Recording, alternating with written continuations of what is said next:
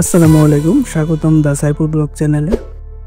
আশা করি সবাই ভালো আছেন। আজকে আপনাদের সাথে আমি মরিশাসের বিষাক্ত ধারণা নিয়ে কিছু কথা বলতে চাই।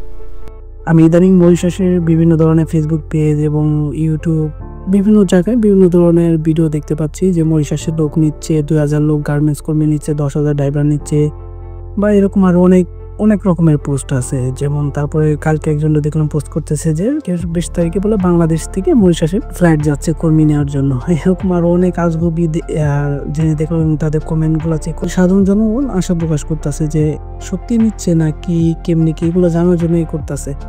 বা এগুলো তো গুজব, তারা তাও বুঝতে পারতেছে না। এবং যে লোক ভিডিও করতেছে বা যারা এইসব করতেছে তারা বর্তমানে মরিশাসে অবস্থান করতেছে না, বা তারা মরিশাস সম্পর্কে আপডেট দিতেছে, মানুষ সেগুলা দেখতেছে, লাইক কমেন্ট শেয়ার করতেছে, টোটালি ভিউ ব্যবসায়ী করতেছে।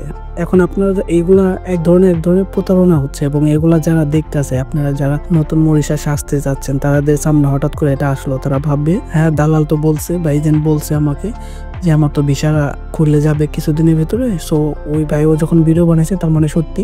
সো আপনি ওটা বিশ্বাস করে এজেন্টের টাকা দেয়া দিবেন, এভাবে কিন্তু প্রতারণা শিকার হবেন। কারণ মরিশাসে ভিসা খোলা বা কোনো ধরনের আপডেট বা কোনো ধরনের নিউজ নেই। কারণ মরিশাসে টুরিস্ট ভিসা সব ধরনের ভিসা বাংলাদেশিদের জন্য বন্ধ করা আছে, কোনো ভিসাই খোলা নেই আপাতত। এটা নিয়ে বাংলাদেশ এম্বাসি এবং অনেক লোক যারা এজেন্ট আছে তারা মরিশাসের সাথে কথা বলছে, মিনিস্ট্রির সাথে। এবং মরিশাসে প্রচুর পরিমাণে কর্মী সংকট রয়েছে, তারপর ভিসা খুলতেছে না। কিন্তু আমি ইউটিউবে ফেসবুকে নানা রকম জায়গায় এরকম পোস্ট দেখতে পাচ্ছি। আবার অনেকে দেখতেছি এজেন্সি মরিশাসে এতগুলা ড্রাইভার নেবে, এতগুলা গার্মেন্টস কর্মী নেবে, বেতন এত টাকা, এইসব দিয়ে তারা ফেসবুকে পোস্ট করতেছে এবং মানুষ ওখানে রিয়াক্ট করতেছে, শেয়ার দিতেছে, আসার জন্য আগ্রহ জানাচ্ছে, কই জমা দিব, কি করবো, এগুলো জানতে চাচ্ছে। এগুলো ভাই টোটালি ভুয়া।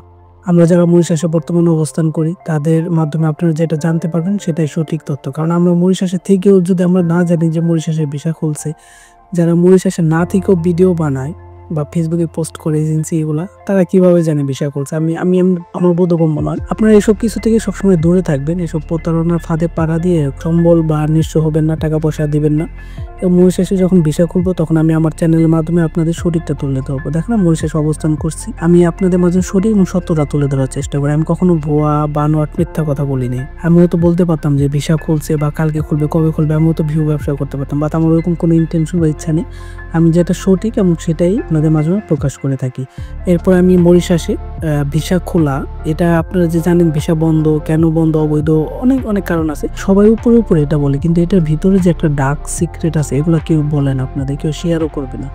কারণ এখানে অনেক রাজনীতিক অনেক অনেক ধরনের সমস্যা আছে ভিসা খোলা ব্যাপার ট্যাপার নিয়ে।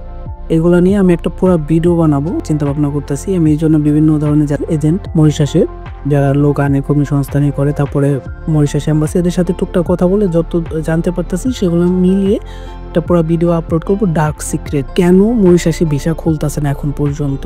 মরিশাসে প্রচুর কর্মসংস্থান রয়েছে, বাংলাদেশি কর্মী অনেক চাহিদা রয়েছে, তারপর কেন ভিসা খুলবে না? এইসব বিষয়ের উপরে পুরো একটা ভিডিও আনার চেষ্টা করতেছি। আপনারা সেটা দেখবেন এবং জানবেন।